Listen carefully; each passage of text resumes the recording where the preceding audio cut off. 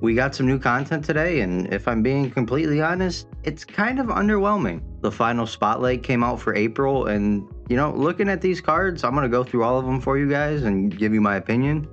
But I don't love any of them, really. I mean, one or two make my lineup, but there's just not a ton really in this program that I'm enjoying. Starting with Samuel Basallo, and what you'll see with a lot of these cards is they're kind of just mid. He's a decent catcher, great arm, but 80s pretty much in every hitting stat. It's just not amazing. I mean, I don't think he'll replace any of the catchers in my lineup. And Spencer Torkelson, he has decent pop, but he's not going to compete with Pete Alonso. He's not going to compete with another card in this lineup. I mean, it's a cool card, but also just not really going to cut it in terms of, there's just better first basemen out there than him right now. Now, SDS with a phenomenal job loading in the card art on this one. We got Daniel Schneemann, another card that I don't understand. Like, he's a center fielder. Yes, he can play a ton of secondary positions, but his speed is atrocious. Has very little pop. I mean, 70s is just not going to cut it at this point. Contact's all right, great fielder, but just not going to get it done at the plate, or especially not going to get it done in center field. Josh Jung, another really disappointing player. Third base only. Decent fielder. I mean, has good arm accuracy, but that arm strength is really lacking. Hitting, once again, like, the clutch is great.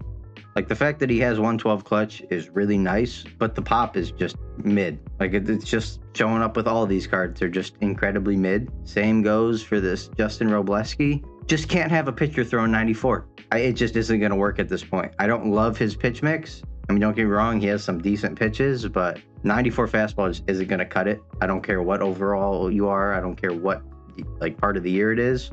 There's pitchers throwing way harder than this, and it's just not worth it. CJ Abrams would be a decent card if there wasn't 60 power versus lefties. That completely destroys this card. Plus, the actual April spotlight kind of makes this card, completely unusable anyway.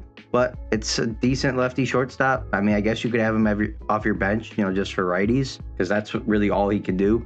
97 contact right, 105 power right. Real good bat against righties, but outside of that, I just don't see him making anybody's lineup. Shea Langeliers is one of the better cards in this program. Really good contact, solid power. The 76 really isn't great, but really solid catcher. Probably going to make a decent amount of people's teams. Just not really. I don't think he's going to replace Cal for me. Can't remember his name right now, but there's the Topps Now catcher that I think is better than this. It's a solid card. If you like his swing, I haven't tried any of these cards yet, personally.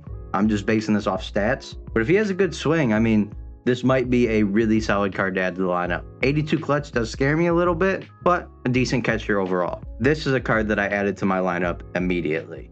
This Ben Rice looks nasty at first base. Another reason why the Torkelson just doesn't make sense. A lot of my problem with this program is that you kind of just repeated the same cards. Like, they give a shortstop in here, and the player of the month is Ellie. So they both have no secondary position, so that won't work. Torque, well, the player of the month is also Ben Rice, so that kind of replaces him right away. Yes, he can play catcher as a secondary, but looking at these stats, no way in hell am I playing this dude at catcher. This is a first baseman only, but I love this card. I mean, hitting stats are absolutely phenomenal. Real slow. I mean, not going to get a ton of extra base hits outside of home runs, because he can definitely do that. But this is a card I would definitely add to my lineup, and I already have. He is my starting first baseman right now. For the spotlight rewards, it's shortstop Ellie De La Cruz for the April Lightning, and then Chipper Jones for the April Retro Lightning. Starting with Ellie, this card's going to make everybody's lineup. It's definitely one of the weaker Ellie cards I've ever seen, but it's a switch hitting shortstop. Like, you can't really ask for a lot more. Really good pop, really decent contact, or not decent, really good contact. Great, just overall great hitting, great switch hitting shortstop. The 73 speed confuses the hell out of me. Ellie has been one of the faster players in the league since he came in. How are you going to give him 73 speed? It feels like this is the only way they can nerf him. Personally, it pisses me off. He's way too fast to only have 73 speed. I understand you can put, the speed boost on him, but I shouldn't have to do that with an LE card. He should already be fast. I mean, damn, his live series is faster than this card. I just don't understand it, but he's going to play great regardless. I mean, he's a great shortstop, great fielding, incredible arm. Like he's going to be everybody's starting shortstop. Wish he had a secondary position. I don't think I would ever put him at DH. I just think he's too good at fielding to be a DH. But overall, I love this card. I already got him, and he's my starting shortstop. In the retro collection, they did add this Jose Soriano, and he does get outlier, I'm pretty sure, on his fastball. No, he gets outlier on his sinker. This card's going to be great if you can get him right away.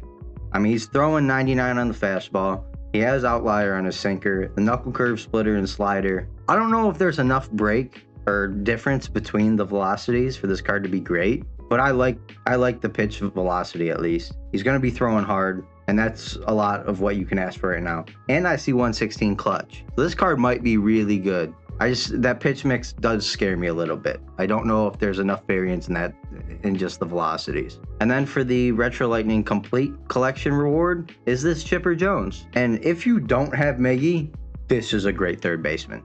I mean, he has the arm strength. He's a way better fielder than Miggy. Hitting is really good.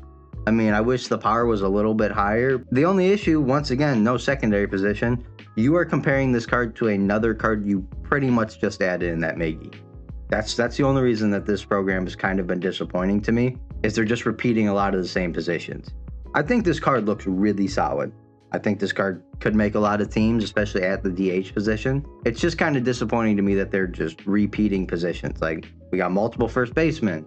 We have multiple shortstops in the collection. You add this Chipper right after adding Miggy. So it's a little frustrating, and this card's going to be, it's not fair to say it'll be just as hard as Miggy. Only thing I'll give him over Miggy is the fact that he's a switch hitting third baseman. That's the only thing that makes him comparable, is the fact that he can switch hit. Because we all know switch hitters are the best in the game. It just makes life so much easier. You're avoiding any of, the lefty-lefty, righty-righty matchups.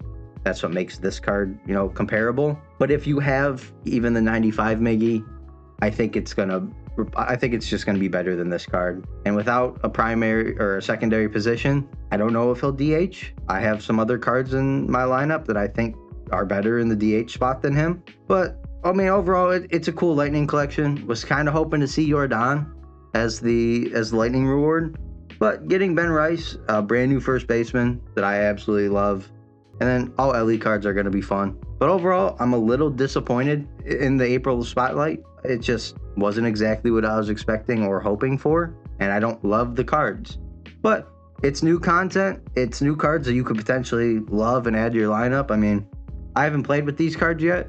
So maybe some of these guys just have amazing swings. And I'm just completely, ignoring that. Because I don't know. Like I said, I haven't played with them. So maybe some of these cards will be really, really OP and just be perfect at whatever position you need. But right now, the only cards I'm added to my lineup are the Ben Rice and the Ellie. And I might put this Chipper Jones at DH if I get him. But he's expensive as hell to get too. I mean, he's going for pretty much $315K. And that's not including the fact that I already have one. And I don't think this card's worth $315K. Personally, I just think there's better options for cheaper. I think Miggy you can get for under $315K. Might be wrong, but I think it's comparable, and I'd rather have Miggy. But that's just, my thoughts on the April Lightning collection. But with that being said, thank you all for watching. Hope you all enjoyed. Please like and subscribe. See y'all next time. Peace.